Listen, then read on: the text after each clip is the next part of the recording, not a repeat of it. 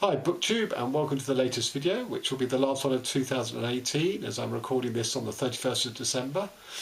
This will be my final weekly wrap-up of 5 books, 6 books, 5 books, whatever, that I've read sort of just before and during the Christmas period, which I think is a reading period like no other, which may have some impact on my thoughts on these books. So the first is Christopher Hitchens' Mortality, a non-fiction book, written during his sort of journey towards death, having been diagnosed with cancer of the esophagus. This is the first Hitchens book I've ever read because I wasn't one of his acolytes, in that I don't really understand why we have social commentators or self-appointed social commentators. As beautiful as his prose is, anyone can get that gig really. And that's what social media is for these days, so anyone can be a social commentator. And his sort of, his sort of doing battle with theologians as he fights the corner of atheism. Even though I tend towards his side, I don't find his arguments particularly any more convincing than those that he does battle with. But anyhow, I wanted to like this book. But I came to it through Edwidge Danticat's The Art of Death, and like that book, this is not about mortality. This is about standing the atrium of mortality, the immediate journey towards death. I mean, obviously you can't, write about the death itself and what lies beyond, but you can talk about your sort of thoughts on that. But no one ever seems to do that. They're all obsessing about, the final moments, the final decay of the body, of doctors' relationship with the body, relationship to pain. In this case, there's quite an interesting section on he has this new treatment and it's so painful. He thinks, is it worth undergoing all that pain just to eke out a few more months, weeks, whatever. It's an interesting treatment. I think it was called a proton something treatment, which sounds like what they do at CERN. Why so much of science based on hurling things at other things in order to smash them open, in this case smashing tumours open? So I didn't get a huge amount out of this book. It is beautifully written, but then you come to the last chapter, chapter 8, which are fragments, literally in the dying days when he was unable obviously to apply himself to writing. It was too painful, his body was too racked. But what's weird about it is that a lot of those fragments are stuff that have been written elsewhere in the book, in earlier chapters, with beautiful worked prose. So I don't quite understand, either he was sort of just repeating himself because he'd sort of, forgotten or lost touch with what he'd already said, or there's some shenanigans going on here whereby out of those fragments, which are the true and honest things, he actually, because he wrote beautiful versions of them earlier. I don't really understand quite what went on there. Anyway, that was that. The Ecstasy of Communication, Jean Baudrillard, which was referenced in the unauthorised biography of Ezra Muss by Daniel James. Obviously, I'd heard of Baudrillard. I never read anything by him. Daniel referenced that in his book, and I thought, okay, I'll go and check this out. And for the first 2 chapters, it's beautifully written. It's taking on the giants of sort of French academia, theoretical life, Derrida and Lacan and Barthes. And it's an argument made purely in words, through the poetry of words. He doesn't back his writing up with anything. It's just this sort of mellifluous flow of words, so that it becomes sort of axiomatic. It's impossible to argue with. That doesn't hold up so much, after chapter 2, where it gets a bit more jargony and a bit less poetic. I'm just going to give you an example. This is his theory that mankind has sort of changed through sort of communication and data and consumerism, sort of dominating everything we do. Hot sexual obscenity is followed by cool communicational obscenity. The former implied a form of promiscuity, a clutter of objects accumulated in the private universe, or everything that remains unspoken and teeming in the silence of repression. However, this promiscuity is organic, visceral, carnal, while the promiscuity which reigns over the communication networks is one of superficial saturation and endless harassment and extermination of interstitial space. And I've just sort of carried along and swept along by that in a very sort of pleasant way. Third book, Beastie Boys book.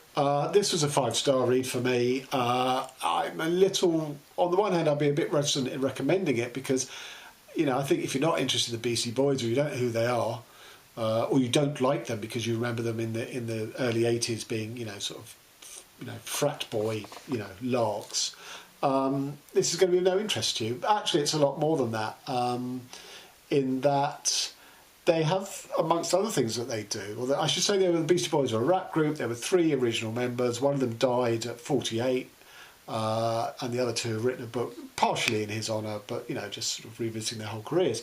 But what's interesting about this book is, apart from the beautiful collage of images and things like that, is they invite other people to contribute. So there's a section by Amy Poehler, who's a sort of stand-up comedian and chat show host who they knew because she got a part in their final video. There's a chef who they're obviously mates with, who gives you sort of a recipe book section in here of songs inspired by the Beastie Boys, because he used to have their music on all the time in his kitchens. There's the author, Jonathan Lethem, Mr. New York himself, although actually his thing here, which is sort of a fictional version of a friendship with one of the Beastie Boys when they were kids, I don't believe it. You know, it's the least convincing chapter in here. You know, and that's what makes the book really interesting for me, in that, you know, Lethem writes about New York. Jared Corbett wrote in The Future Won't Be Long about the New York club scene of the 80s and 90s. But this book, when the Beastie Boys actually lived it and got ahead, you know, made their way and made their careers through starting off in that club scene, is so much more informative and authentic than either of Corbett or Lethem's versions. And what you realise is that, you know, they were school kids, you know, they were cutting school and they were hanging out at these places and they were mixing with people who, you know, all sharing their journey together. None of them knew what they were doing or where they were going, but it worked, you know, they made it work. And, you know, this is a brilliant portrayal of New York and all the people who were around. You know, they were a support group for Madonna on her first tour, you know, and they'd had like one single out, and they just sort of, you know, just that collision of people, of the creative people in New York. You know, it's a city of 8-10 million, whatever it is. And yet it's a small, you know, it's a small city when it comes to the creative community. And, you know, I just thought this was a terrific, insightful read. Yeah, there's a bit of shtick from them as the 2 surviving members, because they're still sort of battling with each other, you know, within the pages of this book. You know, they're sort of commenting on each other's sections. They have alternate sections, you know, around the other guests. You know, it's a chunky book, but actually there's a lot of images, and each chapter is no more than 3 or 4 pages long. My only criticism of it was I would have liked a bit more on the making of each album. So many of those albums would be in my sort of all-time top chart. I'd like a little more background information on it. And although the book starts with a tribute to their dead member, Adam Yauch, by the end they both sort of says, we can't talk about the last days, the last album, which was made when they knew he had, you know, his cancer had come back. And it was very touching. And, you know, I felt quite sad about this when I read this book. I mean, you know, I still sort of, you know, relish their music and stuff. But, you know, I mean, I never met Adam Yauch, although I'll tell you a moment how that could have been different. But, you know, I felt his loss as keenly as I would a member of my own family, as I did with Ian Curtis of Joy Division. So there's something about musicians and authors to a lesser extent that, you know, people I've never met, but I feel their death, you know, as personally as you know, members of my family, as I say. And just to say, there's a photo in here, or a couple of photos, of when the Beastie Boys played the record shop that I was working at the time. They played a gig there, and I had to miss it because I was getting married on the day that they were playing the gig, and that has been the biggest regret of my life, not getting married. I'm still happily married to my wife, but that, you know, I never saw them live, when that would have been the easiest, most painless and intimate and exclusive way of seeing them. So when I saw that photo, I thought, that's our shop. And I looked up the reference in the back, and indeed the photo credit said it was. And so that made me even more sad. So this was a 5-star read. Whether you'd be interested in it or not, I don't know. Also, I would say that, you know, yes, they were sort of obnoxious sort of 16, 17-year-olds, beer and girls and women dancing in cages on stage and all that sort of stuff. Had a giant inflatable penis on stage. Yes, all very frat boy. But they grew up. They developed. They all ended up marrying women who were very active, creative women. So one was Tamara Davis, the filmmaker. One was Kathleen O'Hara, is that her name, surname? Out of Bikini Kill. And the third married a Burmese, no, sorry, a Tibetan activist. That was Yauch, because he got very involved in sort of free Tibet movement and put on sort of concerts around the world to raise awareness of the plight of the Tibetans. So, you know, they grew up, and this is a story of them growing up, you know, from, you know, through the pages of this book, them saying sorry, proving that they changed. And it's also the story of you know, brotherhood of these three guys. You know, I don't know exactly how long they were together as a band, but if they started when they were 16, so they were probably 30 years together as a band, and you get a real sense of the fraternity, not frat boy fraternity, but genuine, you know, brother fraternity. So I thought there was a real lot to recommend in this book. It was more than just a book about a band. Book 4, Robert Gall, On Wing. So I'd never heard of this author. He's a Slovakian who now resides in Prague via stints in New York and Jerusalem. And I saw someone on Twitter tweet about a forthcoming new book of his out next March. And this person on Twitter is someone very much on the sort of avant-garde experimental wing of literature. So I thought, oh, you know, let's go and find out about this writer, Robert Gall. So, you know, I liked what I saw, but the book I wanted of his I couldn't get because either it was out of stock or it was too expensive. So this was the only one of his 3 current books I could get called On Wing, and I think it was his debut. And I'll just give you an idea of what attracted me to it. Gall is a phenomenon unto himself, a purveyor of neurotic philosophy encapsulated in elliptical portents and epifragmentals, the content of which is all at odds with their length. That's a quote from Joshua Cohen. Now, I was really intrigued to see stylistically this notion of, you know, sort of philosophical sort of fragments that I wanted to see if that could work. And it reminded me a bit of David Shield's Reality Bites and, of course, Montaigne. But in the fiction, you know, they're non-fiction. This is fiction, so I was really interested to see how that worked. But the problem I had with it, it was like I was being presented with a sheer rock face to scale. When I say to scale, to ascend. And there's no handholds. There's nothing to get a grip of at all. And I couldn't see how to make any progress on it. Now, books don't have to have a map or a sort of decoder to tell you how to make your way through. So, I don't insist on that. But if you are left your own resources, as this and plenty of other books do, if you fail to sort of penetrate and find a handhold through, you just end up not being able to climb it. And I'm afraid this is my first bail of the year on the 30th of December. I think also part of the fault was mine. As I say, this sort of Christmas period is a slightly strange period to be reading. I think this is a type of book you actually need to take your time. You know, it is epigrammatic, so you need to, read a chapter, a section or whatever, and then stop and think about it, take it in, maybe reread that again before you move on to the next one. And I wasn't in that mindset to do that. I was just sort of ploughing through it, trying to pick up its thread and failing. So I'm still intrigued enough that I think I will either his new one or the one that I originally wanted, which I think is called Signs and Symbols. It doesn't unfortunately list his other books here, so I can't say what it was called, what the other ones are called. Oh, Signs and Symptoms. Yeah, I think I might give that a go when I'm in a sort of better space to try and take it on. One of the things it has wordplay, which, as you know, is absolutely in my wheelhouse. So there were things like words like retrospectrum, holocausts, as in Holocaust without the U, tragicoma. But again, they were just sort of floating. They weren't, to me, they didn't seem more to anything. I couldn't understand what they were sort of signifying. As I say, that may well be a failure of me. It's not all these sort of one-line epigrams. So just to give you the guy could write, clearly, just to give you a bit of the slightly longer text. This fine bronze hair, as long as waiting for the moment which they would fit into, permeated by a glowing bundle of light shining through the flamethrower of the setting sun over a bridge across the Moldau. This hair, at the same time meaning that beauty is a creation of the moment, which every second is just so complete and full, in order to be full, at every moment in time, always and just, and in such fashion that it should never get to its extreme edge. For reaching the extreme means being repelled from that, which to think it already means bordering on it, yet it has no border at all. It is always located, from the very first moment, just behind the border which it neither has within nor outside of itself. So,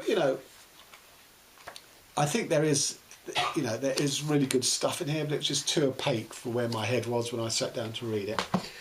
And finally, Geoffrey Eugenides, Fresh Complaints. Now, Geoffrey Eugenides, I love his novels. This is his first short story collection. There are stories ranging across a 20-year span. Now, bear in mind, Geoffrey Eugenides writes one novel every 10 years. He takes his time, he layers his novels intricately. These short stories, in theory, I suppose, show his development as a writer over the 20 years that they... In fact, is it 20? Yeah, 20 years that, they span. But the short stories are not layered as intricately as his novels. And why would they be? Because, they don't take the same, number of pages to do it. I started the year with short stories, with Carmen Maria Machado's Her Body and Other Parties, where I thought there were two really good short stories, 3 so-so, and 2 or 3 lamentable ones.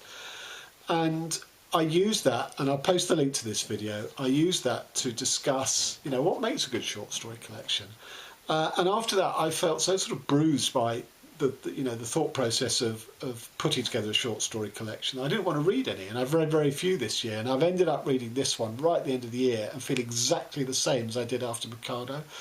There were only 2 stories I liked in here. The rest were absolutely lamentable. And the 2 stories I liked both had the same theme, which were sort of art versus commerce. So there was one where there was a sort of a couple who were both doing PhDs in sort of aspects of music, and they're both sort of on the art side. The man plays the clavichord, which is sort of an ancient instrument like the harpsichord. And gradually they realise that academia is not for them, and they want to sort of carry on some sort of artistic pursuit, but they get married, they have kids, they have a mortgage, and increasingly they have to sort of bring home the bacon, and the art gets pushed further and further away. And I thought that was a good story. And then there was another one right towards the end, which was similar, about sort of art. A guy works for a small publisher. The publisher is a multimillionaire. It's a bit of a sort of a vanity project where he sort of finds books that are out of print and sort of republishes them. Books like De Tocqueville's on America and stuff like that. But this guy asks his boss for health insurance, and the boss says, no, we're a non-profit, it's all very tight and stuff, even though he's a multi-millionaire. And that changes the attitude of the guy. Just because he won't get health insurance, it changes his whole attitude towards because what this story does differently from the other one is it involves global politics and, Enron and all the other sort of financial scandals. And this editor guy thinks, well, to be on the right side in history seems to be one of the bad guys, to be one of the swindlers and cheats. So, it was interesting, but we kind of had that ground covered in the earlier story, which is a superior story. But the rest, oh my God. There's a story here called Beastie. It's about a 40-year-old single woman who's loved her single life, but has decided that she absolutely wants a child for reasons which are never really specified, but okay. So she knows that it's not going to be a permanent relationship to bring about the child. She hasn't got time for that anyway. So she goes back amongst some of her old flames, contacts them, would they be prepared to be sperm donors? And one of them sort of is very keen on this idea. That's the story. But I just want to read you a bit. Plan B was more devious and inspired, less romantic, more solitary, sadder but braver too. It stipulated borrowing a man with decent teeth, body and brains, free of the major diseases, who was willing to heat himself up with private fantasies. They didn't have to include Thomasina, in order to bring off the tiny sputter that was indispensable to the grand achievement of having a baby. Like twin Schwarzkopfs, the two friends noted how the battlefield had changed of late. The reduction in their artillery, they'd both just turned 40, the increasing guerrilla tactics of the enemy, men didn't even come out into the open anymore, and the complete dissolution of the code of honour. The last man who got Thomasina pregnant, not the boutique investment banker, the one before him, the Alexander Technique instructor, hadn't even gone through the motions of proposing marriage. His idea of honour had been to split the cost of the abortion. There was no sense denying it. The finest soldiers had quit the field, joining the peace of marriage. What was left was a ragtag gang of adulterers and losers, hit-and-run types, village burners. Thomasina had given up the idea of meeting someone she could spend her life with. Instead, she had to give birth to someone who would spend life with her. I think, Eugenides means that as funny, as satire. But it's not. It's just dumb. It's just lowest common denominator wit, really. And there's another story where it's a scientist. It has to go back into the field for an anthropological study because he's studying intersexuality and he has this sort of theory about it, but it's being challenged by a woman. So he goes back in the field to sort of prove that his theory still holds. And apart from the fact that it treats intersexuality purely as a scientific,